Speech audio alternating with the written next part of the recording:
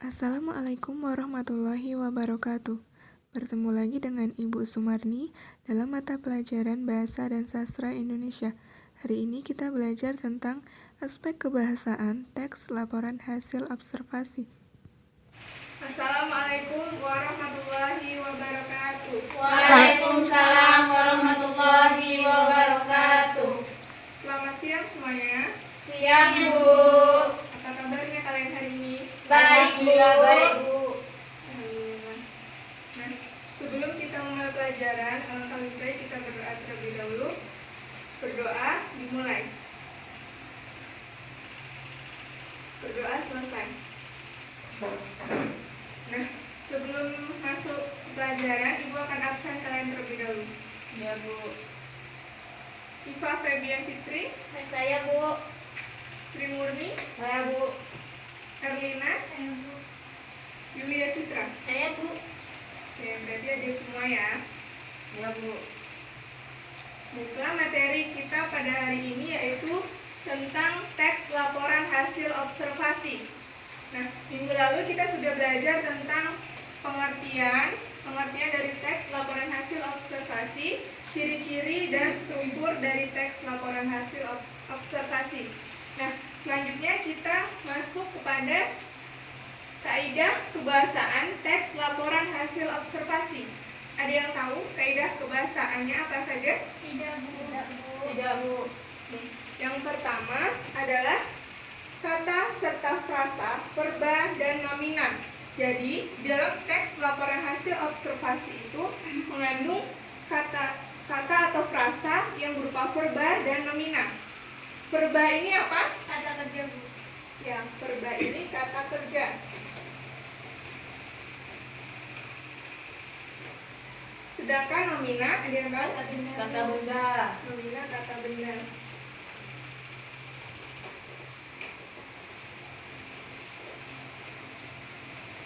Nah, kebahasaan yang kedua yaitu afiksasi. Ada yang tahu afiksasi itu apa? Imbuhan, Bu, bisa di depan sama ke belakang.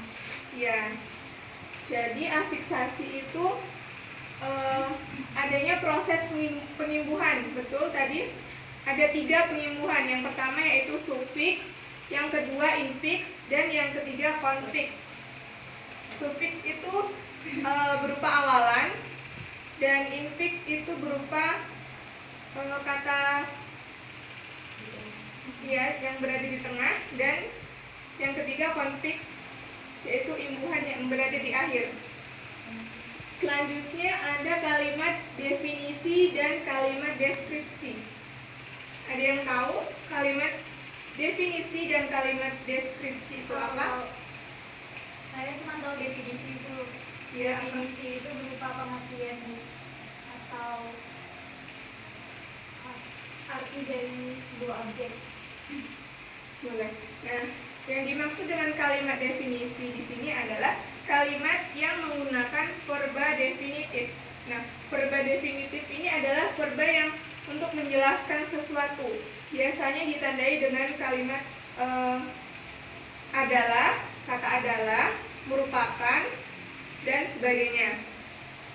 Nah, yang kedua yaitu kalimat deskripsi. Ada yang tahu kalimat deskripsi itu apa? Ya, silakan. Dia berisi tentang menggambarkan gitu, Bu. Ya, kalimat deskripsi adalah kalimat yang menggunakan verba sebagai deskriptif. Ya, betul sekali, pada saat ini itu adalah kalimat yang berisi tentang menjelaskan atau menggambarkan sesuatu. Misalnya pada kata terbuat, terdiri, dimainkan, dan sebagainya. Kebahasaan yang terakhir yaitu kalimat simpleks dan kompleks. Ada yang tahu kalimat simpleks, kompleks itu apa? Tidak, Bu. Kalau tidak, Ibu akan jelaskan kalimat simpleks. Kalimat simpleks ini biasa kita sebut dengan kalimat tunggal atau kalimat yang hanya memiliki satu klausa saja. Nah, kalimat simpleks ini dapat bermacam-macam pola, misalnya SPOK, SPK, dan sebagainya. Nah, contohnya misalkan dalam kalimat wayang tersebut berbentuk pipa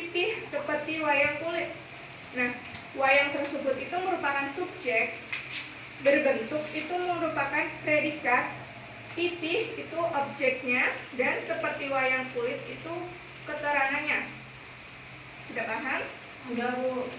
Nah, yang kedua yaitu kalimat kompleks. Kalimat kompleks di sini adalah kalimat yang memiliki dua atau lebih klausa. Biasanya kita sebut kalimat ini dengan kalimat majemuk.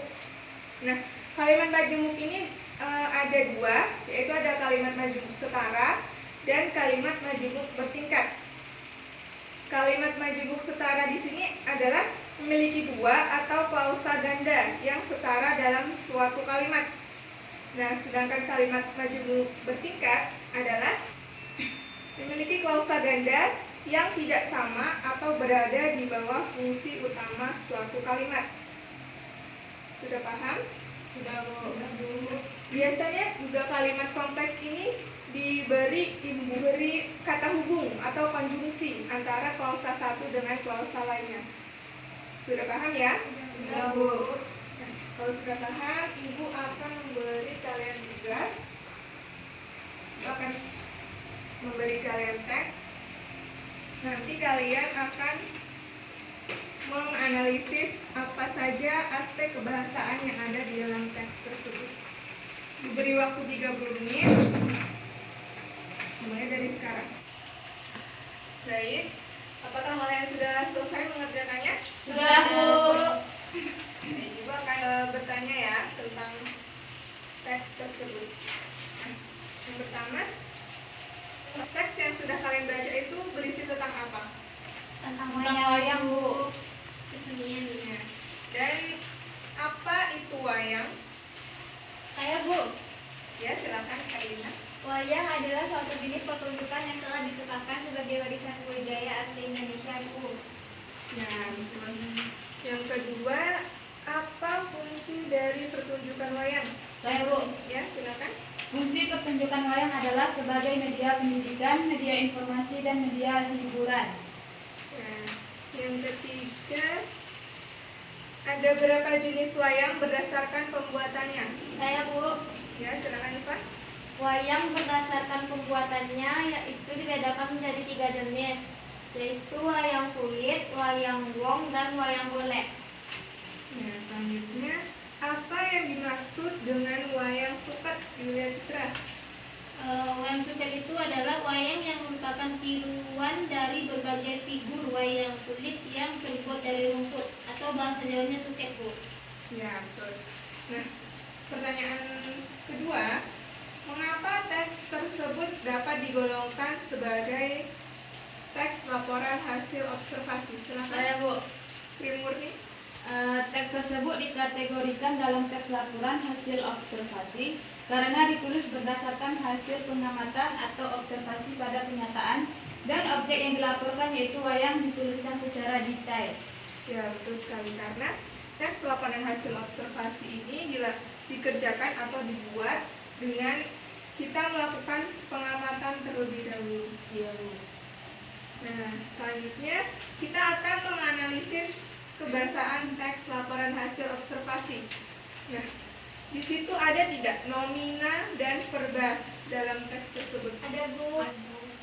Silakan Erlina. Saya, Bu. Pengertian nominanya tidak usah lagi kan, Bu? Tidak, langsung sebutkan apa nomina dan verba apa-apa saja yang terdapat dalam teks tersebut. Kalau nominanya wayang, Bu. Kalau verbanya sudah membagi. Ya, betul. Yang kedua, apakah di teks tersebut ada kalimat definisi? Ada, Bu. Ya, apa saja kalimat definisi? Contohnya? Saya ya langsung di sini, wayang adalah seni pertunjukan yang telah ditetapkan sebagai budaya asli Indonesia. Nah, itu merupakan kalimat definisinya, Bu. Ya. Kenapa kalimat tersebut disebut kalimat definisi? Karena dia menyatakan atau memberitahu kepada pembaca tentang pengertian wayang. Ya. Terus juga karena di situ terdapat kata adalah. Iya, Bu. Karena adalah itu merupakan kata definisi. Selanjutnya, apakah dalam teks tersebut ada kalimat deskripsi? Ada, Bu. Silakan, Iva. Wayang ini terbuat dari kulit kerbau yang ditatah dan diberi warna sesuai kaidah ulasan wayang pendalangan. Diberi tangkai dari bahan tanduk kerbau bule yang diolah sedemikian rupa dengan nama cempurit. Nah, dari contoh tersebut, apa yang menandakan bahwa itu termasuk ke dalam kalimat deskripsi? Karena dia menggambarkan bahwa wayang itu terbuat dari kulit kerbau, Bu, yang ditatah dan diberi warna. Ya, itu juga bisa karena dia mendeskripsikan, dan di dalam kalimat tersebut juga terdapat kata terbuat. Terbuat itu mendeskripsikan, sehingga pembaca bisa membayangkan. ya. Yang keempat, apakah kalian menemui kalimat kompleks? Iya, Bu. Ya, Bu. Silakan Yulia Citra. Kalimat kompleks itu seperti ini, Bu. Dalam budaya modern, wayang berfungsi menghibur dan mendidik, Bu. Ya, betul. Dan yang terakhir, apakah dalam teks tersebut terdapat kalimat simpleks? Saya, Bu. Ya, silakan Erlina. Kelelawar merupakan hewan unik, Bu. Karena di situ kalimatnya hanya satu klausa, Bu, maka dapat dikatakan kalimat simpleks. Iya, Bu. Iya, betul sekali. Dari pembelajaran kita hari ini, apa kalian sudah memahami apa saja aspek kebahasaan dari teks laporan hasil observasi? Sudah, Bu. Baik, Ibu akan simpulkan lagi ya. Teks laporan hasil observasi ini mempunyai 4 kebahasaan. Yang pertama, terdapat kata atau frasa yang berupa verba dan nomina. Yang kedua, adanya afiksasi atau adanya proses penimbuhan, baik itu sufiks, infiks, dan konfiks. Dan yang ketiga, kalimat definisi dan kalimat deskripsi. Selanjutnya yaitu kalimat simpleks dan kompleks. Nah, apabila kalian sudah memahami pada materi hari ini, Ibu rasa cukup sampai di sini. Sampai bertemu pada minggu selanjutnya, yaitu kita akan membahas tentang bagaimana cara menyusun teks laporan hasil observasi. Ya, Bu. kalian pelajari terlebih dahulu. Iya, Bu. Untuk menutup pembelajaran kita hari